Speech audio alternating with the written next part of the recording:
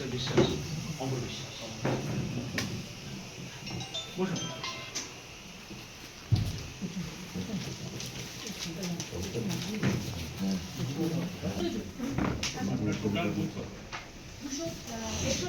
আমার ফলতা পার্টে হচ্ছে 223 আর বাকি স্যার রয়েছে ডায়মন্ড হারবার 13টা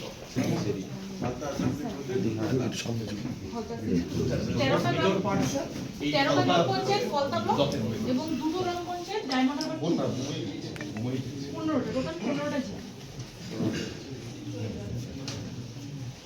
আপনার টোটাল বিএল হচ্ছে 261 না BL total sir Falta AC আমার 223 তাদের মধ্যে কিছু আচ্ছা আচ্ছা এসছি না 223 জন তো নেই। না না 223 জন নেই, কিছু জন আছে। কালকে রাত্রে স্যার খবর দেখি 8টার পর কখন যা যোগাযোগ করে আমি স্যার একটু আমি সব করো না না এসব করো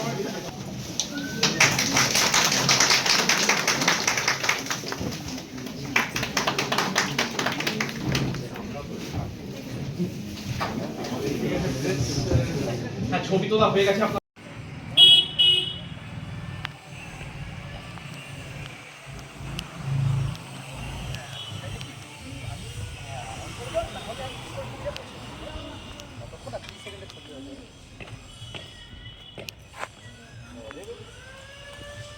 যদি লাইভ দিতে পারে তো দিলাম।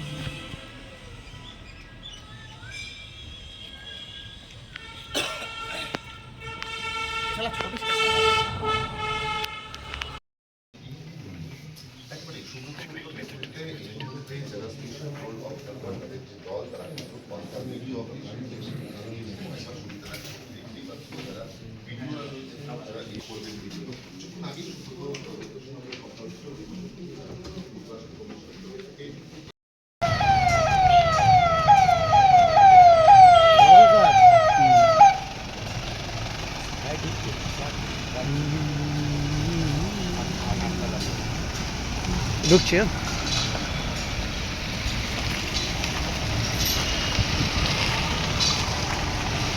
চব্বিশ ঘন্টা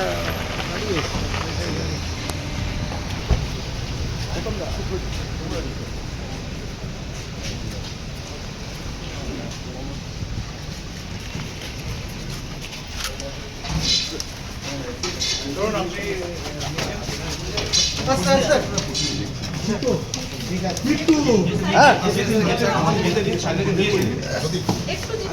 এরকমভাবে হয়েছে সেটা দেখছি দেখবো। এই ফলতা নিয়ে বা পঞ্চভূষণের প্রচুর অভিযোগ আসছে এখন কোথায় যেতে স্যার উপরে যেতে হবে স্যার ওপরে যেতে হবে। বিশেষ করে কোন জিনিসগুলো নজর দিচ্ছেন ইলেকশন কমিশনের নির্দেশ খুব পরিষ্কার, সেই নির্দেশ মানা হয়েছে কিনা সেটাই দেখা।